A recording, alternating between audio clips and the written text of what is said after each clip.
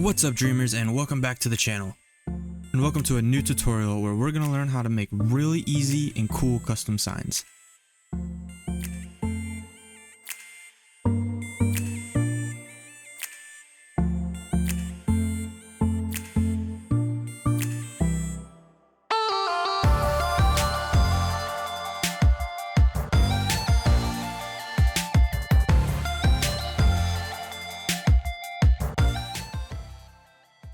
Hey, so check it out, guys. There's a really easy way to make all kinds of cool custom signs. Like this one telling you how many miles it is to get to your town or the next town.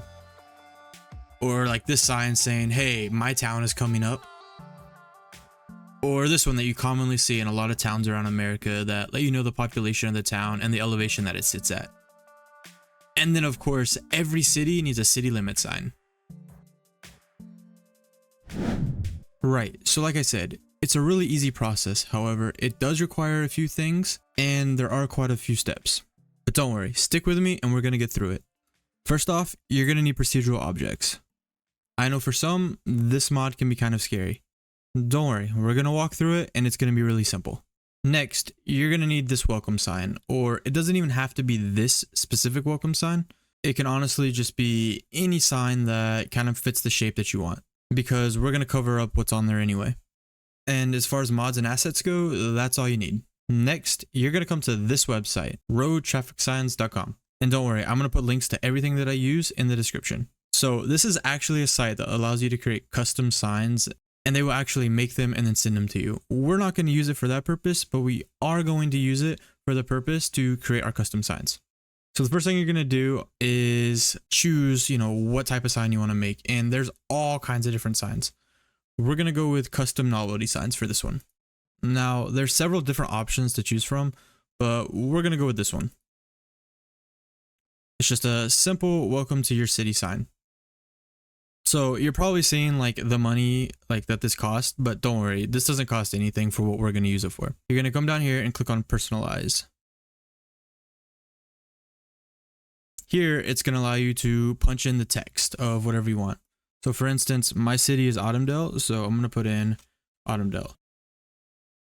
So this bottom one, you don't have to put anything at all, or you can add additional text. So for my instance, I'll put in established 1789. And then from here, you're going to click on preview.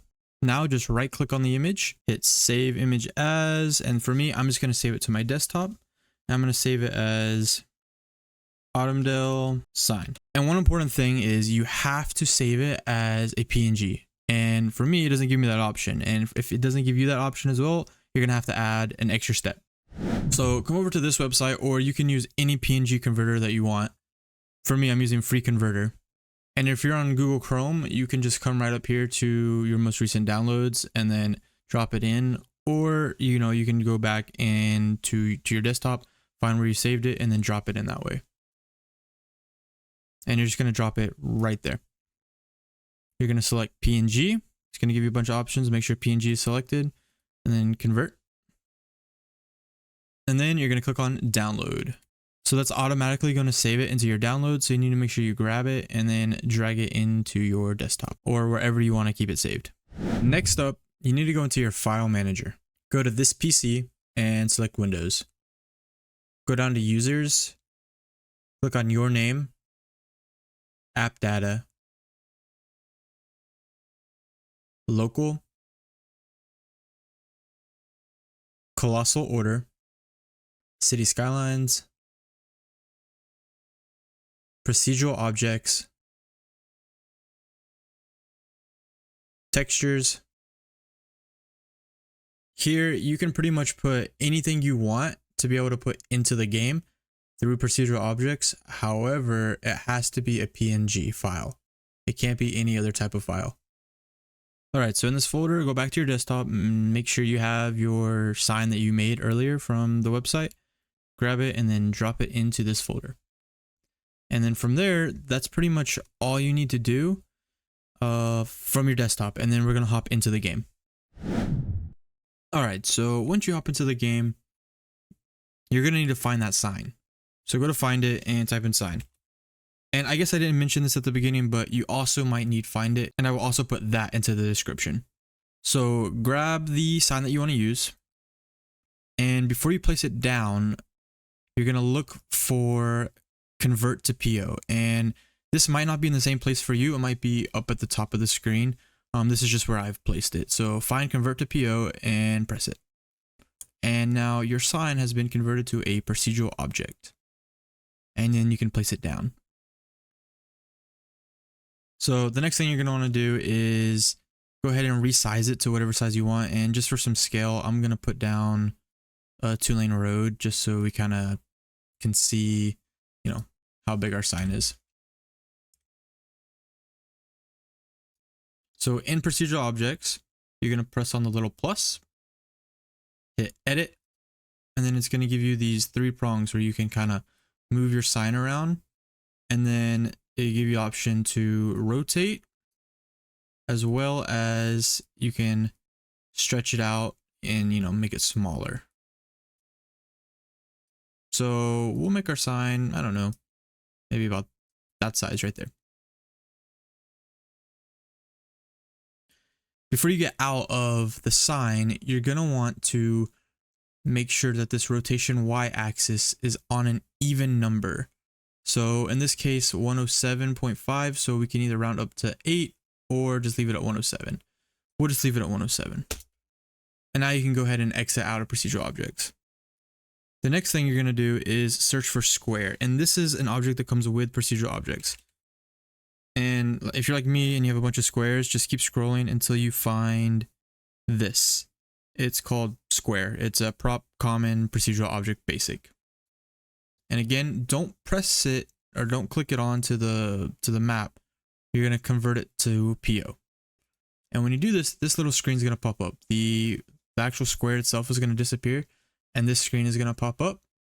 And you're going to click on local textures. And what this does is it brings you to all of your textures that you have, you know, put into that folder that we had on the desktop. So I'm going to click on the sign that we made. And there it is. Right there. And so you can go ahead and click it.